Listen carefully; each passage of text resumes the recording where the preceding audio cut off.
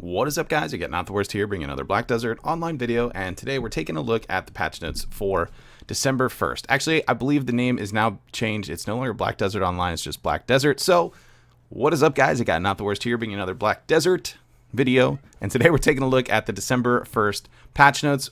We've got a new thing that's, I don't know how I feel about it. We'll check it out, and then of course some new events and stuff going on. But let's go ahead and take a look at what we're talking about. We have the new YAR minigame.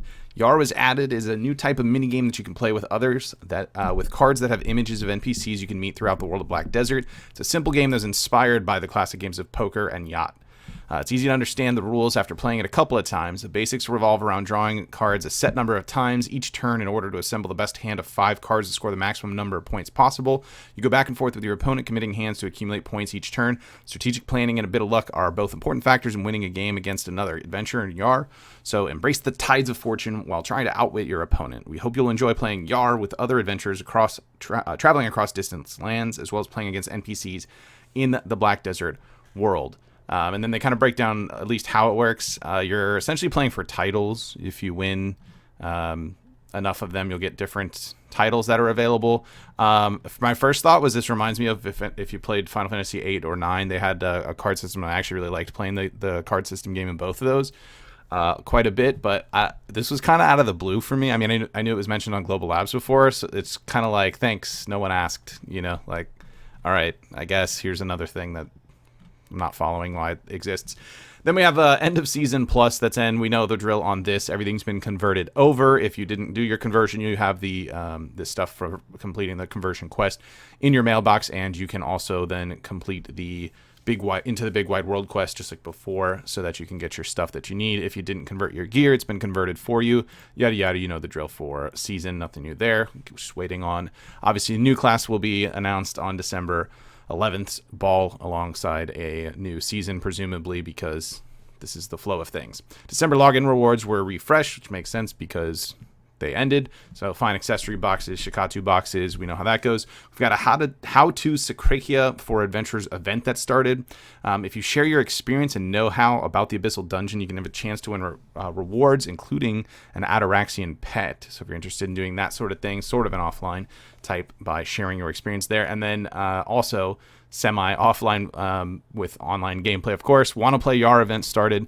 If you draw 5 of the same type of card and post it on the website, you'll be able to claim your very own Arcana of Fate box. So you do need to post it on there if you want to get that. Those are the boxes that have the cards for the dice game in there. Actual event, then we have Taming the Dream event. Imperial Court has put out a request for wild horses, offering Royal Fern Root as a reward, plus Imperial Training Delivery invoices for level 15 or higher horses. Then we have Dreaming of Mythical Argonaut event that has started. It's once again time to dream of the Mythical Argonaut. Not only is there a Mount XP plus 50% event buff, but you also get more Flowers of Oblivion for Imperial Horse delivery during this event. And we also have Yaz's Gift. You're going to find Eden within the Ancient Stone Chamber to accept the archive, Sika's Ancient Weapons, and Sakrakia's weekly quests. And then team up with your fellow adventurers and challenge the depths of Atarax and Sakrakia together to get some extra bonus rewards there. Moving on to updates, our item updates, we have added items that you can install into the blue-maned Lion's Manor. So if that's your bag, there you go, more functionality for that thing. I know a lot of people have actually been going really hard on this stuff. Seen some really cool decorations. Not my personal thing, but I can respect people that put a lot of time into designing those, so some more flexibility with that. Got change the method by which you can obtain gold bars with NPCs for 120-minute buffs, which NPCs are doing it. And then as far as the actual exchange for these buffs, they have now edited it so that you are just going to get the maximum buff instead of trying to reroll. What am I talking about? If you're not familiar with it, you could talk to these church NPCs previously. You turn in 5 gold bars for either attack, protection, and experience, and you would get a roll of an AP and accuracy roll, 3, 5, or 8 of each one to do it, and that's now been changed, so you're just guaranteed to get the 8, and then of course for damage reduction and XP as well. The cost for it's increased slightly. It was 5 1G bars before, it's now 3 10G bars, so keep that in mind, but you're guaranteed to get that maximum buff, so if you were constantly re-rolling it, you no longer have to do that. Moving on to monster updates, we got a tweak to Agris for Aakman, Hystria-Aakman-Kratuga. Quite a bit of a tweak at that. Aakman previously being 40 Agris points consumed. It is now 20. Hystria being 30 is now 20. And then certain mobs in Kratuga, the regular mobs, essentially went from 30 down to 15. And then your special guys, Bellatin, Elquish, and of course Leighton, are from 250 and then 500 for Leighton down to 125 and 250 for Leighton there, to try and keep it a little more in line with the efficiency of using your Agris in Valencia, other Valencia zones, since they are actually really nutty how much money those places are making, especially with Agris too.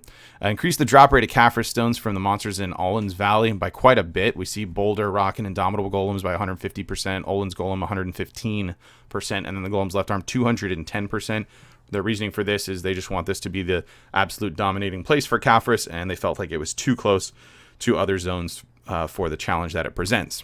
Then we have what I think most people were looking forward to, is a very large buff in BMC drop rates for most Valencia zones, not all of them. And if you take a look, the big one that's being talked about is this 15,000% increase at Sulphur Mine, which sounds massive. The idea here, from what I can tell from some preliminary data from grinding a bit here and what others are reporting, it looks like things are being essentially brought up to the level of Centaurs. You can notice Taftar Plain is not in this list as well, because its BMC drop rate is also very good. Very, very good. So although these numbers seem massive, it's not like you're magically going to start seeing like 20-something BMCs dropping on the reg at Sulphur Mine. That's not the case. But you seeing like 7 is possible at these places. Some still not even that much. I've seen lower numbers at Crescents, like 4 or 5 coming around. Granted, data's still pretty early since this has only been a day, but this is just kind of a buff so that everybody's not fighting over Centaurs to try and get their BMCs, because you need them for both the welfare pen gear as well as the welfare pen accessories on top of it. So quite a bit of a bottleneck to that. So good to see they're at least addressing it. Conquest War, Node War updates. We got increased max number of Guild Alliance members from 100 to 150. And then as usual, we've got some UI tweaks. They removed the they adjusted the drop menu for the gatekeepers to be added in there, web changes, and yada yada from there. So let's jump over, check out the Pearl Shop for this week. First up, the new outfit is Lawn, and it is called Ever Waltz Blossom. And if you're wondering, is it the Lawn essentially half naked? Yes, it is. Don't worry. It's definitely still a half-naked Lawn, as is standard for that class's outfits. It is, of course, 3,400 pearls if you're looking for that. Then we have the Creodal Soldier outfit set. So if you're looking for an outfit that has some nice red color and then the bottom half kind of looks like they're wearing a diaper, guess what? They brought it. It's 2,200 pearls if you want to pick that bad boy up. We've got the Quadra Premium Box set. It's 9,520 pearls. Quadra is 4, so you're going to get 4 premium outfit boxes and 5 item collection increase scrolls. Then we've got the Adventurer Support, the Wondrous box that you can purchase 10 times in a week for 990 pearls. This is the good old RNG box that we see pop up from time to time. They get various names. There is a one-time purchase of a discounted rate at 495, and if you want to go ham on it, you can get a freebie extra one by buying 10 of them. Buy 10, get one free. So only $99, and you can pick up 11 RNG boxes and get a whole bunch of Cron Stones. They do have the ability to spend 100 million silver on it, just one straight up, unless you are in Belgium or the Netherlands. So you can lose 100 million real fast that way. We have a 20% category sale on the Mount Miscellaneous. There's also the Trainer Selection Pack to coincide with that sale. It's 1425 pearls, which gives you 4 Mount Skill Change coupons, a Premium Horse Appearance Change coupon, and then a bonus of Mount XP Scroll, Celerity Draft, and a Courser Training box as well. We've got the Fine Steed Trainer Pack, which is 3430 pills.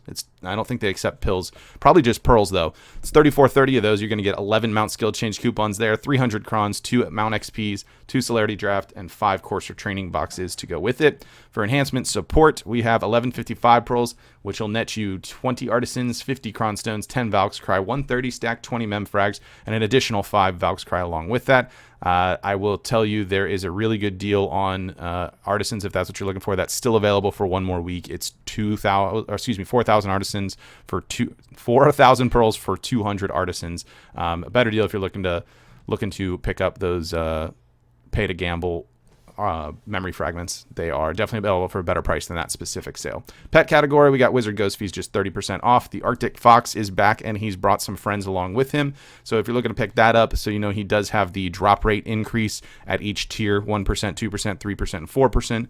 If you haven't picked up one of these already, they do not stack. And if you have the, is it a Jaguar or a Panther? I think it's a Jaguar. If you have that as well, it will not stack with that one. You can only have one of either type, but if not, I highly recommend picking one up. It's 3,200 pearls for this pack. You'll get the Arctic Fox, 5 drop scrolls, some feed to go along with it, and you select 2 from your choice of the Snowball Rosefinch or the Snowflake version of the Rosefinch, the Snowflake Reindeer, Snow Kid, or the Lost Penguin.